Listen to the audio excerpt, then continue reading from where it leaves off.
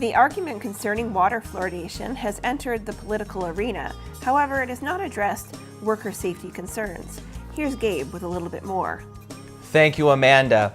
Forgotten in the debate about the pros and cons of water fluoridation are the workers who are handling the HFSA chemical within the city of Cornwall.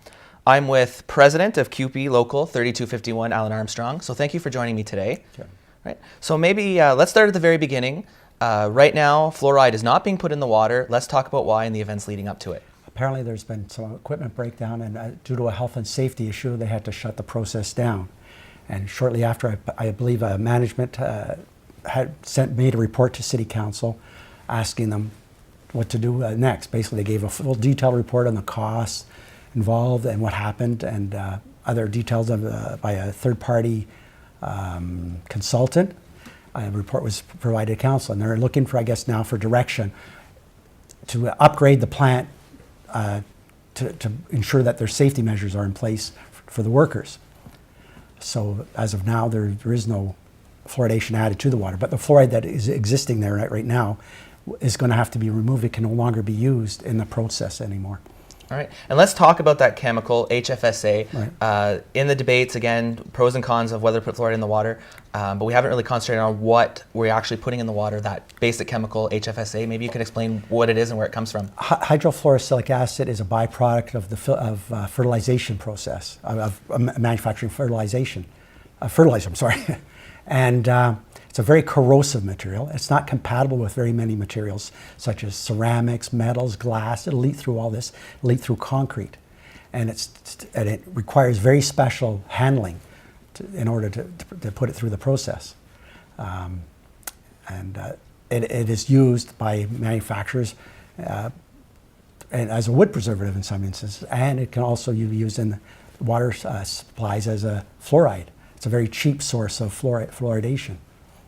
Absolutely. Now, obviously, you've spoken out recently just about those health and safety concerns that you have and the workers have. Let's elaborate a bit on that. Well, I'm going back again. These are professional workers.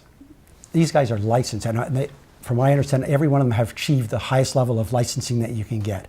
And with that licensing comes a lot of responsibility. They're liable to any error that they can make it in the workplace. They're subject to large fines and jail time. So there's a lot of pressure on these people to perform at full capacity at all times. And we've been providing high quality water as a result of these professionals doing their job. When they came to me and concerned about having hydrofluorosilicic acid in the workplace, I listened. And I did a lot of research on it. And this is a very corrosive, very dangerous material to handle. And these people are concerned about having this in their workplace again. And unfortunately, they feel like they've been left out in the conversation about the pros and cons of fluoride. We're not disputing pros and cons of fluoride. We're trying to say hydrofluorosilicic acid is a very dangerous chemical. And working with this puts our workers at risk. And we were talking about Health Canada. Health Canada, in the hierarchy of controls, the number one recommendation is to eliminate the hazardous material from the workplace. Secondary is to find a substitution. And this is what we're asking is, should there be, and this should be this in the workplace. It's not required under the Ontario Safe Drinking Water Act. There's no requirement to have fluoride in the water. And they're already working with very specialized equipment. They have other hazards that they have to deal with. Why are we adding an extra hazard into the workplace? Absolutely, and I think that says a lot, just the fact that with all the health and safety measures being put in place, that there's still not a comfort level with this chemical. You're talking about human error or equipment breakdown. And the last resort is to wear protective equipment. But even in Health Canada says that's not the safest way to protect a worker by putting these measures in place. It's by, even containment is very low at the bottom of the hierarchy. I don't know much more to say about how dangerous this product is because it's so incompatible with so many different materials. And it's so unpredictable. And that's the message I've been conveyed to by the workers that I've talked to. These are professional people. These are the people that actually work with this product. And for them to say that, then there must be some real serious concern about it. Absolutely. And as you mentioned, you did produce reports regarding the future safety issues and increasing of the equipment and things like that, upgrades to the equipment. And does that address any of the concerns of safety? The administration had made a report to City Council. And the fact alone that there are so many measures that have to be in place and the cost and everything else should be a flag as to how serious this chemical really is. I mean, there's no guarantee having all these measures in place that it will actually protect the worker. There is no guarantee.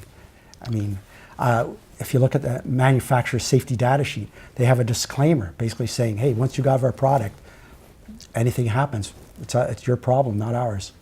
All right. I mean, that comes right from we're talking facts here. The manufacturer's health and safety data sheets are reporting how corrosive this material is and identifying the problems with it.